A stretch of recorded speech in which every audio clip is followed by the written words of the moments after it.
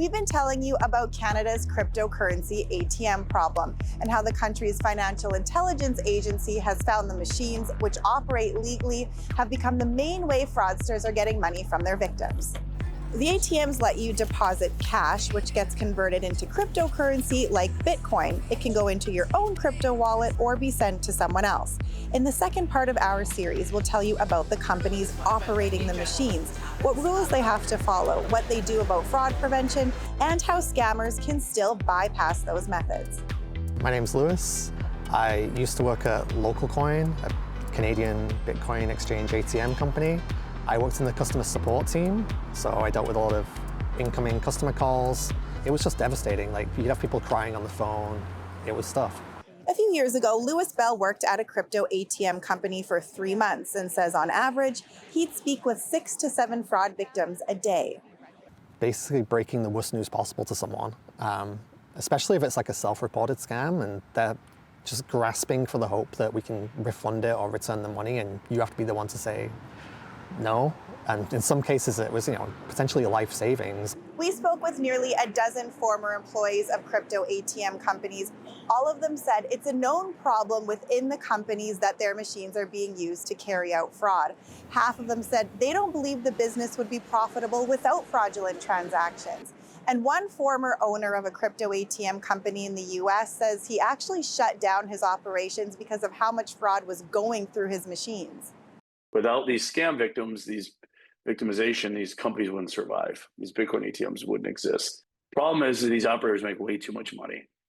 The companies make money off their fees, which are significantly higher than your average crypto trading platform. For example, if I bought $100 in Bitcoin using a mainstream online exchange, it would take between $2 to $3 in fees, compared to the top crypto ATM companies in Canada, which would take around $18 to $24. I think if anyone that knows what they're doing and likes to invest and buy Bitcoin or other cryptocurrencies, they're probably not going to do it through an ATM that has really high fees and a big spread. So who is using these machines? The former employees and companies tell us people who want speed, accessibility, convenience, and privacy. Maybe they want to send money across the world, or they want to invest in crypto without being tied to a centralized bank or exchange. Cryptocurrency ATMs are registered in the same way currency exchanges are, for example. So they have to follow the same regulations. Some of those include having to report suspicious transactions or requiring ID and a phone number for transactions over $1,000.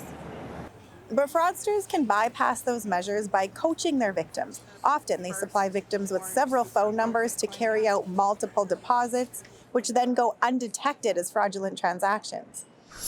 Maybe you think it's all a scam, am I right?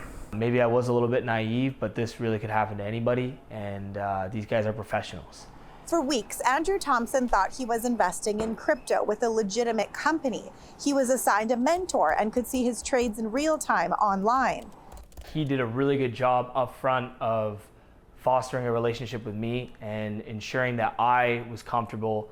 He was directed to put $15,000 into a crypto ATM. So I had his guidance, I had an AirPod in, and I had him kind of feeding me the information as I was doing it. There are more than 30 crypto ATM companies operating around 3,600 machines in Canada. The top 6 operators make up 3/4 of the business in the country, according to website Coin ATM Radar, which maps out the machines.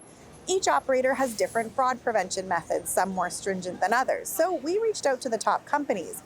Only 3 of them responded. They said they don't or don't want to profit from fraud, that fraudulent transactions don't make up a significant part of their traffic, and that they have measures in place to prevent fraud on top of what's already required. Only one company agreed to an interview, Hodl Digital Services. Beforehand, I went to check out one of their machines.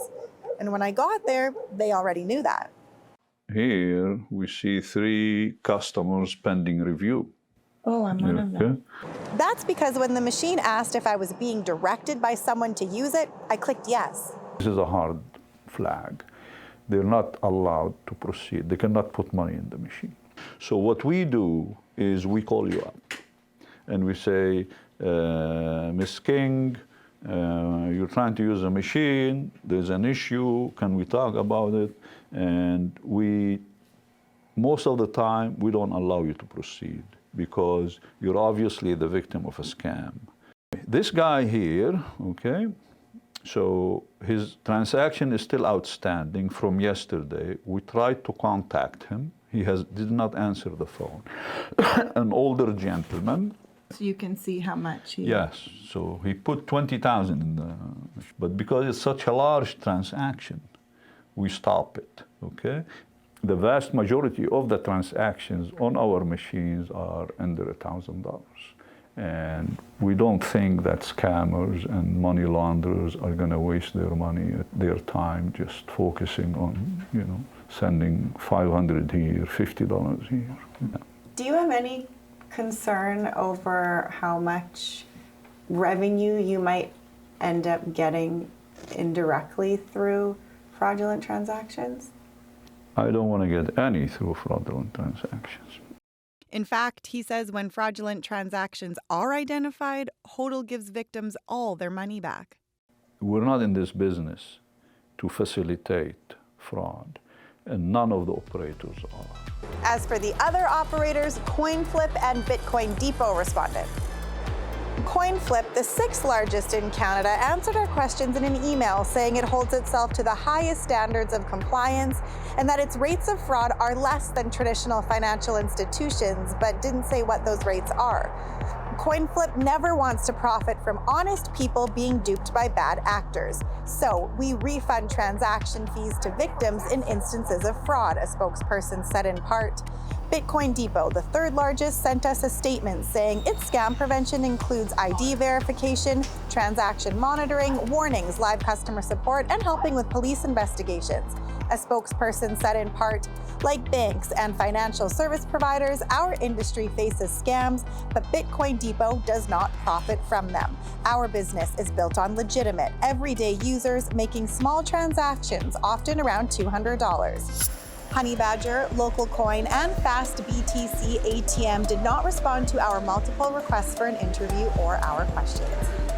In the 3rd and final part of our series, Feeding Fraud, the Crypto ATM Problem, we look at how some say Canada is falling behind when it comes to combating fraud flowing through this industry.